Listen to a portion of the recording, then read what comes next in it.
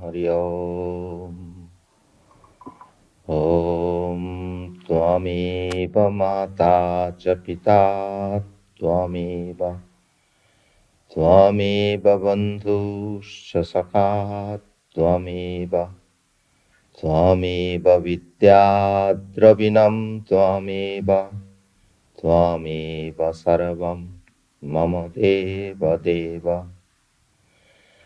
Thou art our loving mother, thou art our compassionate father, thou art our true friend and constant companion, thou art our only wealth, and thou art our only wisdom.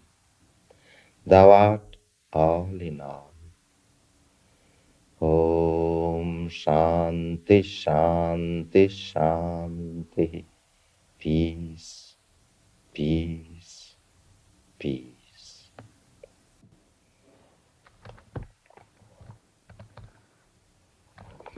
I shall continue the teachings from the Sermon on the Mount. Ye have heard that it hath been said, an eye for an eye, and a tooth for a tooth. But I say unto you, that ye resist not evil. But whosoever shall smite thee on thy right cheek, turn to him the other also. And if any man will sue thee at the law, and take away thy coat, let him have thy cloak also. And whosoever shall compel thee to go a mile, go with him twain. Give to him that asketh thee, and from him that would borrow of thee, turn not thou away. Ye have heard that it hath been said, thou shalt love thy neighbor, and hate thine enemy. But I say unto you, love your enemies, bless them that curse you, do good to them that hate you, and pray for them which despitefully use you and persecute you, that ye may be the children of your Father which is in heaven. For he maketh his sun to rise on the evil and on the good, and sendeth rain on the just and on the unjust. For if ye love them which love you, what reward have ye? Do not even the publicans the same? And if ye salute your brethren only, what do ye more than others? Do not even the publicans so? Be therefore perfect, even as your Father which is in heaven is perfect. Now these are the teachings of non-resistance and universal love, which are the teachings common in every religion. You will find no religion that makes any compromise with these supreme truths, supreme ideals that we have to achieve in life. And of course, in every age again we find that at least there are some exemplars who have reached such an ideal. And in fact, such ideal can be reached only when one has his attainment of union with God. You see, these are natural virtues that would come naturally to those who have attained their union with God. And it is these children of God who have become one with God, who have attained that perfection even as the Father which is in heaven is perfect. We find such examples, and in whom these virtues come out like fragrance in flowers. Now you have read in this storybook that famous novel by Victor Hugo, Les Miserables, how when the thief took away the silver plates and everything that he could find, and he forgot the silver candelabras.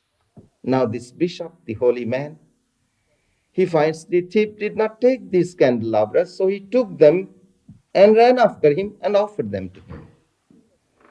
This you read in a storybook. But I will tell you some instances that I know of holy men. There was a holy man known as Pahari Baba.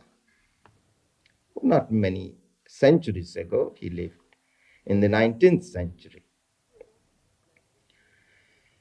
And he had only 2 blankets in his possession. That's all he had. And one blanket he was using, and he went out, just outside. And a thief entered and stole that other blanket. He saw him, and then he ran after him and took away the blanket from himself and gave it to him and said, "Now you take this also, you need that." And then, of course, this thief became one of his chief disciples. Another instance I know, this you may think rather extreme. But here was a holy man who was making chapatis or bread. And he was about to butter the bread when a dog came and took away some of that bread. And he ran after the dog and said, "Lord, I have not yet buttered the bread. Wait a minute. Please let me butter the bread. Then I offer you." These are actual facts. Now, those of you who have read the life of my master in the Eternal Companion will find an instance that he was seated meditating in a cell and the door was open and it was cold. There was no door, it was a cave-like thing. And it was cold and he had nothing, no covering on his body. And he was meditating. A man who was a good man, he saw this holy man seated there without any blanket. So he got a new blanket and placed it on him. And then after a few minutes, a thief came and took it away. And my master said, he smiled and said, "Lord, you gave and you took away." Now, these are really not only written in books, we find examples of such lives. But if we consider, how did they achieve that? What is the secret? And the secret is their devotion to God, their all-absorbing love for God. You see, certain virtues you can practice in life, and you can acquire those virtues, but they will be artificial. They'll be empty virtues unless you realize that ideal, unless you have in your consciousness that ideal of union with God, to reach that kingdom of heaven here and now. You see, take for instance the ideal of chastity. Now you find that is a supreme ideal. But if you force that upon everybody, it will have no value at all. In fact, you cannot force it. As Christ pointed out, that is such an ideal, only he who is ready for it can understand. To quote the words of Jesus, "For there are some eunuchs which were so born from their mother's womb, and there are some eunuchs which were made eunuchs of men, and there be eunuchs which have made themselves eunuchs for the kingdom of heaven's sake." Now that is the point. You see, what virtue is there if somebody is born a eunuch? There's no virtue. But if one has that control and chastity for the sake of the heavens, for the kingdom of heaven, that's something, that is the ideal. But how can he attain that sort of purity and that sort of chastity? Yes, one can force oneself to that through repression. You see, as it is done in many organizations. For instance, poverty, chastity, obedience. You see, these are emphasized upon. And you will find that they live perfect life of chastity and obedience and poverty. You cannot find a flaw, but empty. If that ideal, that spirit is lost, and what is this spirit? This spirit is the union with God. And you see, when you understand again, you see how Christ has been misunderstood so much. For heaven's sake, for the kingdom of heaven's sake. And where is that kingdom of heaven? They think that if they practice these virtues, after they die, they will be in the company of saints in heaven. But you see, that is not the teaching of Christ. As just now I read out to you. Be perfect even as the Father which is in heaven is perfect. And that perfection is to be achieved here and now. Does it say after you die? In heaven somewhere. Where is that heaven within? We are carrying that heaven all the time with us. And that heaven is to be reached. So again, the more you grow that devotion to God, the more love for God comes, the more your mind becomes absorbed in the consciousness of God, these virtues will instinctively manifest, unfold in you. That is the law. Forcible doing something to acquire these virtues, that is known as repression. And to repress is hypocrisy. But when it becomes that natural, without even, you see, that love for everybody, that universal love will come to you naturally, because when you feel that God is within you, will you not learn to see that God in every being? Then he will not consider an enemy an enemy. You know, I have known of such holy men who see how God is playing only with so many masks, as it were. God is all these different masks that you are putting on. These are masks. But what is the real you? Every one of you, God. And when and if I grow that love for God in me, what, it will be natural that I shall learn to see that one God dwelling in every being. Then you don't have to teach me, love everybody. That love will be instinctive. You know, when we first met these disciples of Ramakrishna, especially my master, that's where I felt intensely. A stranger, but you feel such an attraction, such love, more than you could receive any love for anybody in the world, father, mother, or anybody. That kind of love we could feel.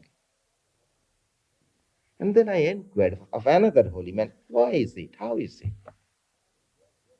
And his answer was this: because God dwells in the heart of a holy man. True, God dwells in the heart of everybody. But everybody is not living in the heart of God. And so, the holy man who lives in God, in whom that God within his heart has become unfolded, has become manifest, there is that love also manifest, because God is love. And this is the ideal that we must achieve, we must struggle to achieve, but not merely to acquire these virtues. These virtues have to come to us instinctively, naturally. You see, that's where comes the confusion in the Western world. They have lost that spirit of attaining heaven in this life. And then they make artificial attempts to practice these virtues. And then they find they are not practical. And is it possible that at one time everybody in the world will attain to that union of God and will express these virtues? It is not possible. We call this Leela, or the play of Divine Mother. And in this play, there has to be good, there has to be evil. There has to be a saint and there has to be a sinner. Otherwise, the play does not fit in. You see, when Shakespeare writes his plays, he has to have some wicked people, some good people. Otherwise, there is no play. So this world will not be a world without the mixture of good and evil. And now suppose we try to bring a millennium. And by forcing everybody to practice these virtues, is that possible?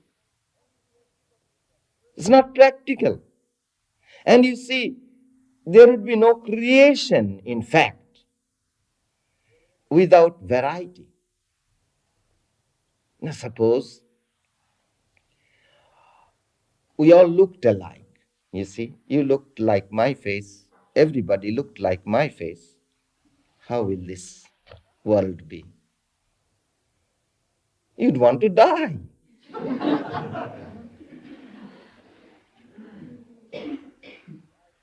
And forcibly, if I try to make you look like me, well, is that possible? So they think it is not practical, these teachings, but they are very practical. Now, to quote one Western scholar, Dr. Paul Elmer Moore, while reviewing the teachings of non-resistance, renunciation, etc., as are to be found in the teachings of Christ, he makes this remark. They, if accepted by the world in their integrity, would simply make an end of the whole social fabric. And if to this chastity be added, they would do away with human existence altogether. Well, Mr. Moore doesn't have to worry about that. There is every reason to believe that Christ looked to see only a few chosen souls follow in his footsteps. Now, he's right there to a certain extent. Of course, he's perfectly right when he says that if everybody follows this in their integrity, then there would be no social fabric. There would be no world. And then there has to be police force, there has to be government, there has to be traffic laws and traffic cops. You see, otherwise, just think what will happen. There has to be justice, laws of justice and punishment and reward. All these have to be there. But again, through such, everyone at some period of his life, either now or in another birth, has to attain that union with God and has to reach perfection in these virtues. You see, you can't escape from these virtues, in a sense. Each one of you will unfold those virtues because each one of you is God. And each one of you will unfold that God in this life. If you fail to do that, you'll have to be born again and again until you reach that perfection. None will be lost. But at one period of time, it doesn't happen that all people attain to that union.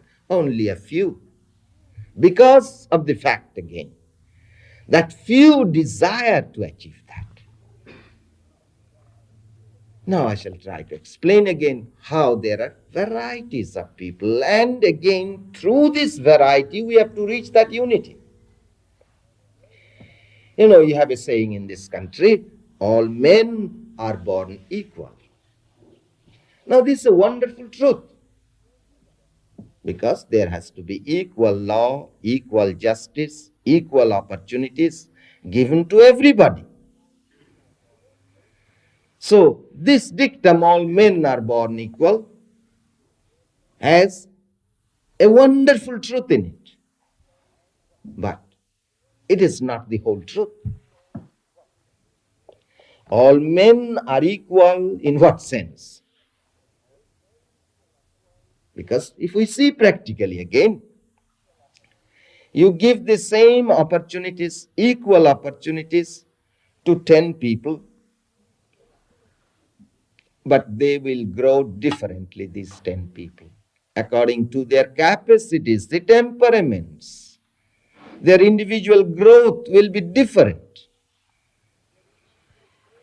Now then, what is the truth behind it? What is the fact? What is the whole truth? The whole truth is this, that all men are equal in this sense that the one God dwells equally in every being.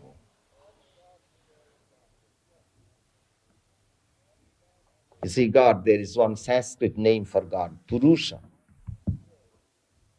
which means one who dwells in the city of this body. You see, God in heaven, we don't point out to the sky. You know, that reminds me. One time, a school inspector came to a school class in India, and most of the students were Hindus, young boys, you know, and there were two boys who were Christians. And this inspector comes and asks the class, "Where is God?" And these two boys lifted their fingers that way. And all the other boys put their hands on their heart. But if you understand the teachings of Christ, he does not point out there. He points out here. Kingdom of heaven is within. So from that sense, and in its real sense, we are all equal. One God. We do not say even that we are brothers in the sense we have the one common Father. No, you know, brothers also fight and kill one another. But it is just one God dwelling in every being. Now, we have to recognize that though there is that unity in the central truth, there is a variety. And this unity in variety is the law of nature. And as such, you see, there are universal principles, universal truths, universal laws, but everyone cannot follow one way, one method to reach those universal laws and principles. According to the individual capacity, the individual temperament, the means and methods will vary. But the ideal, the goal is the same. Now, I shall make that point clear further as I go on. Now, let me quote to you what Swami Vivekananda has said in this connection. Two ways are left open to us. The way of the ignorant, who think that there is only one way to truth and that all the rest are wrong. And the way of the wise, who admit that according to our mental constitution or different planes of existence in which we are, duty and morality may vary. The important thing is to know that there are gradations of duty and morality, that the duty of one state of life in one set of circumstances will not and cannot be that of another. Now take for instance this ideal of non-resistance, which we are talking about, which is the highest virtue. But again, to reach that ideal, some of us have to go through following the idea of resistance. This may seem very contradictory, but let me give you an instance. Suppose somebody hurts you physically or mentally, and you try to follow the ideal of non-resistance. So you do not resist. But why don't you resist? Perhaps you are a coward. You know, if you try to hurt that other fellow, he will again hurt you more. So is it a virtue for a coward not to resist? Here I give you from the illustration from the teachings of Sri Ramakrishna to two of his disciples, how he gave contradictory teachings. And under the same circumstances even. Here was one young disciple who was very strong, muscular, robust. And he was crossing the river in a ferry boat.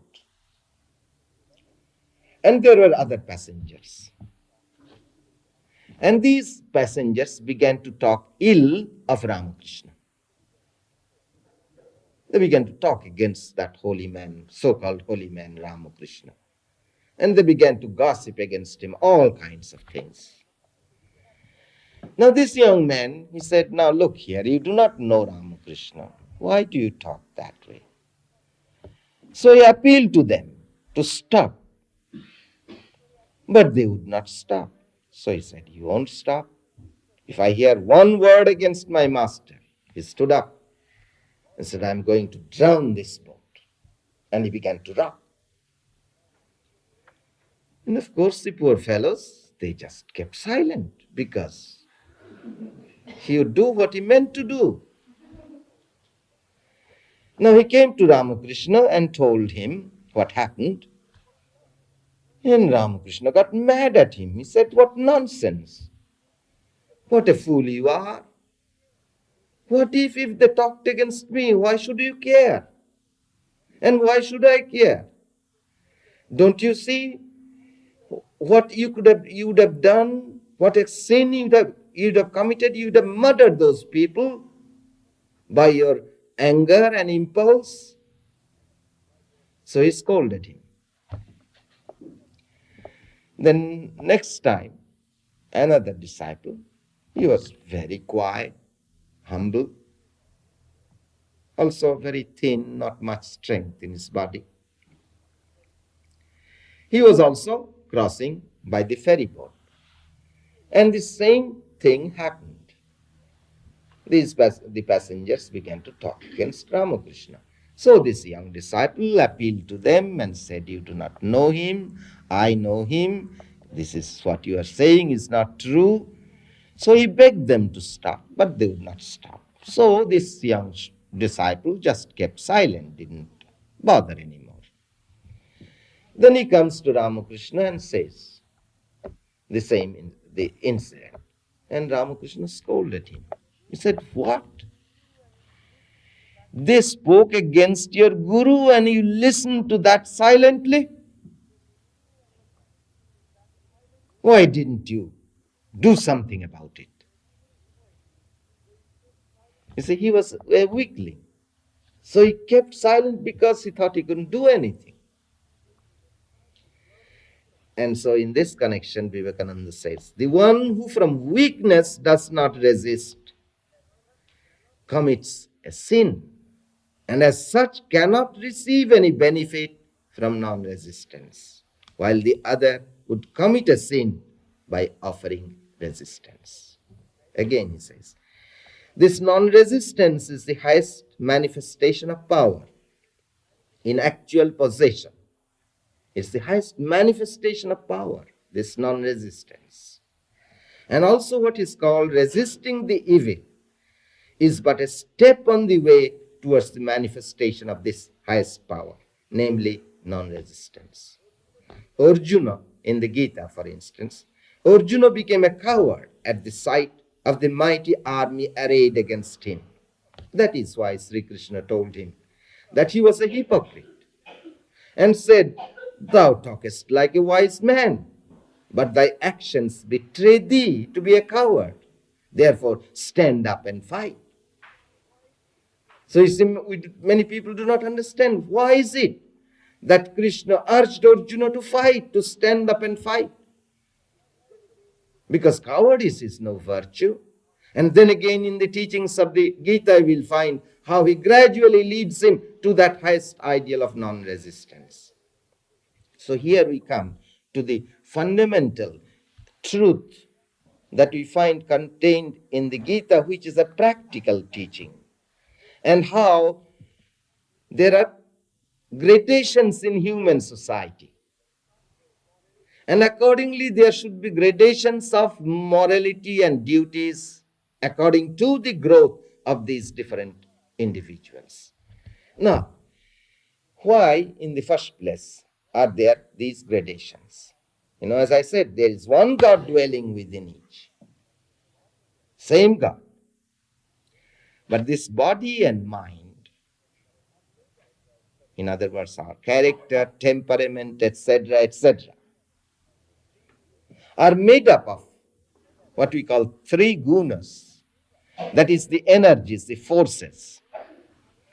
The whole physical universe and the whole psychic universe are compositions. The material of them is composed of these three substances, the gunas, we call sattva, rajas, and tamas. Now, there is no English equivalent to these Sanskrit words, but their expressions, by their expressions, we know them. Sattva, in the physical universe, where there is beauty, grandeur, and peace, there comes a calmness. There is the prevalent of sattva. Rajas, a volcanic eruption, where passion arises. Tamas, where you ugly, don't like it. Now in man's mind also, you have all these three gunas. In man's mind, they express this way. When you have the sattva predominant, you are calm, tranquil, high, pure thoughts come to you. Then when there is rajas predominant, then you have ambition, you have desires, you become restless, you become passionate. Then tamas predominating, it makes you lethargic, lazy. And these are the three gunas that exist in every individual, because the mind is made up of these three gunas. Now again, in certain individuals, the one or the other is more predominant. As you will find, in every one of you, there are these three kinds of gunas. Sometimes you are calm, peaceful, tranquil. If somebody hurts you, you don't care even for that at that time. You can follow the virtue of non-resistance and you feel a love for everybody. That is in every one of us, that guna. The mind is made up of that. Then again, this same mind has rajas. And when in you again rajas becomes predominant, you are restless. You have to do something. You have to engage yourself in some kind of activity. Or passions arise. And then again, same you become lethargic. And you try to read a book, even a very interesting novel, and you don't get anything. You read the sentences, but you can't understand. Same you. Then again, there are classes of people in whom the one or the other is more predominant. For instance, Sattvic man, a man who is calm, tranquil, poised by nature. Then again, by nature, man is restless, passionate, ambitious. Then again, by nature, there are people who are just lethargic, who have no ambition, and they love to sit and dream idle dreams. And so accordingly, in the Gita, we find not three classes again, four classes of people mentioned. You see, Sattva is predominant, or a mixture of Sattva and Raja, and then Raja, and then Tama. And always, of course, there is mixture of all three. So he says there are four. You have heard about caste. That caste, what existed in India in the modern time, and now they are getting rid of that. That was a degeneration of that idea. But this real caste, that is according to the nature and temperament of the individual. And there is no question of higher and lower. So here we read in the Gita, seer and leader, provider and server, each has the duty ordained by his nature, born of the gunas. The seer's duty, ordained by his nature, is to be tranquil in mind and in spirit, self-controlled, austere and stainless, upright, forbearing, to follow wisdom, to know the Atman, firm of faith in the truth that is Brahman. You see, these are advanced spiritually. In nature, they are austere, self-controlled, devoted to God. The leader's duty, ordained by his nature, is to be bold, unflinching and fearless, subtle of skill and open-handed, great-hearted in battle, a resolute ruler. And if we don't have some like that, there will be chaos. You see, if Eisenhower suddenly becomes a Brahmin, what a calamity it would be. So he has to be bold, he has to be unflinching and fearless, subtle of skill and open-handed, great-hearted in battle, a resolute ruler. Then others are born to the tasks of providing. These are the traders, the cultivators, the breeders of cattle. You see, those who take the economic situation of the country. To work for all men, such is the duty ordained for the servers. This is their nature. Then the Gita points out, all mankind is born for perfection, and each shall attain it, will he but follow his nature's duty. But of course, he must learn to follow in a particular way, what is known as karma yoga, without attachment. His action must be what you call altruistic.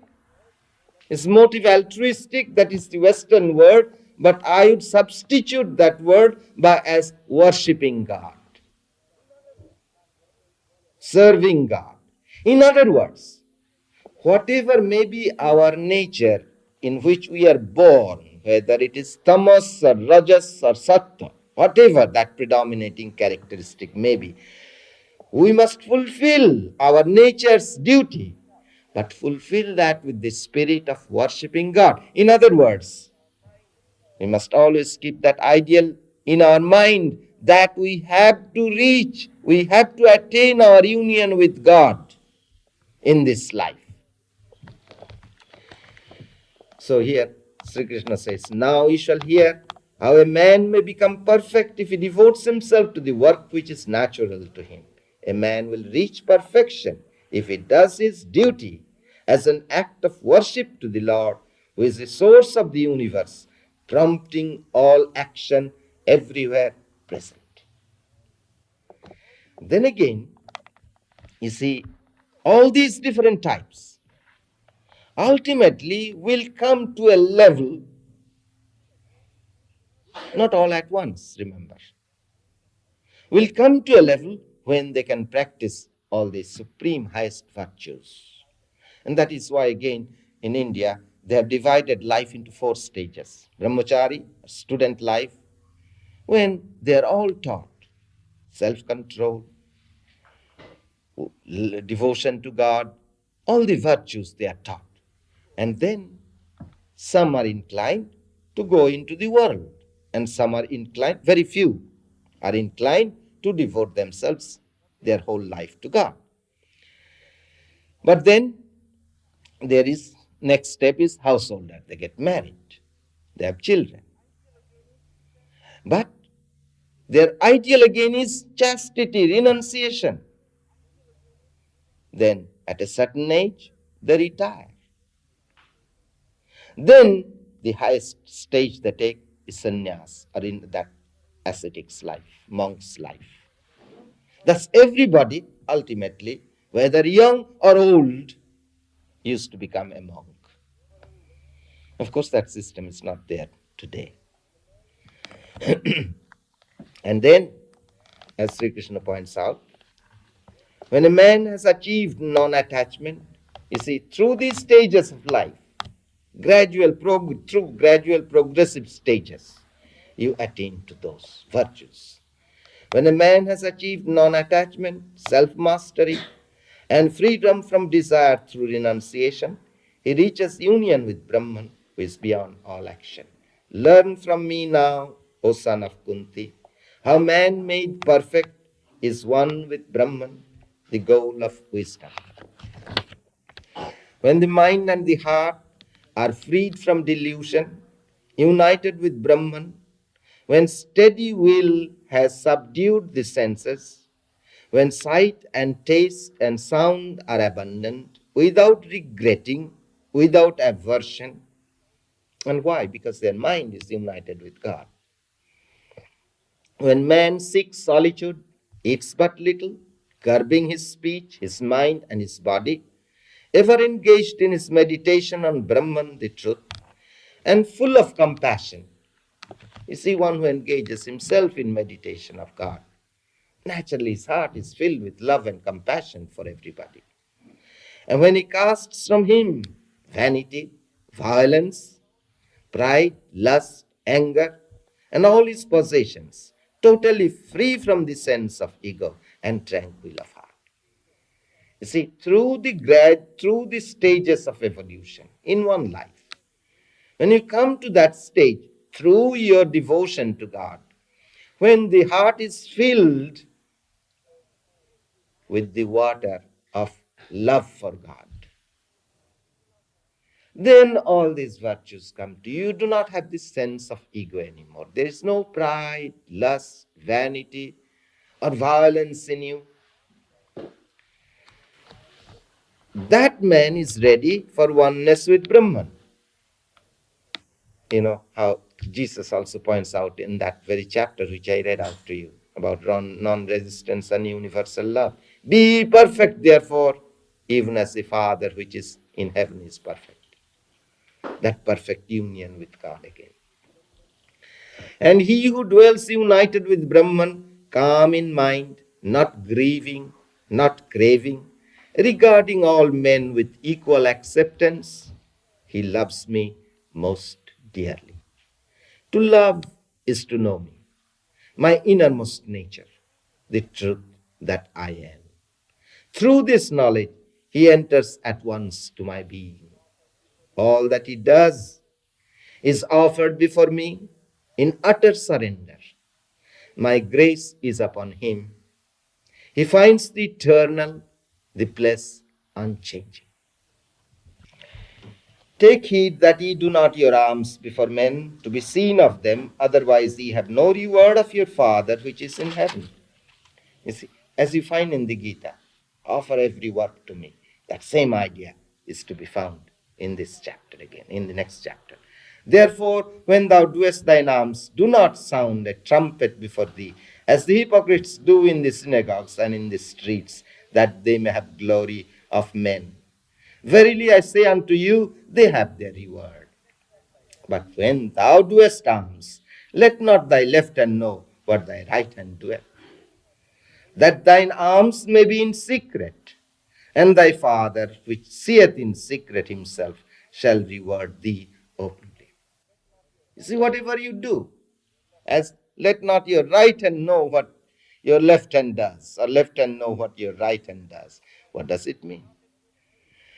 It's not philanthropy, not a good deed that you are proud of, but through these deeds, you are worshipping God, you are serving God. Then you see there is no sense of ego or vanity comes.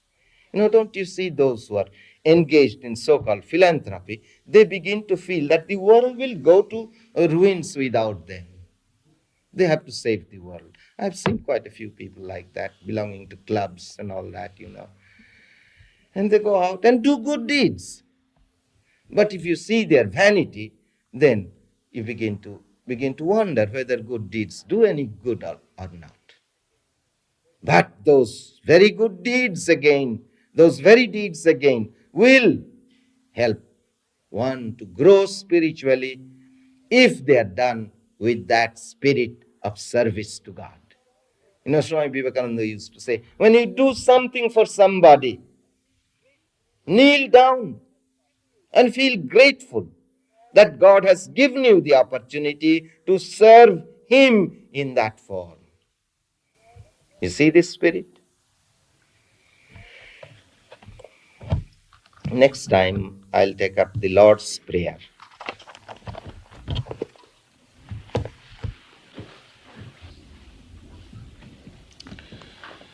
Om Hari Om.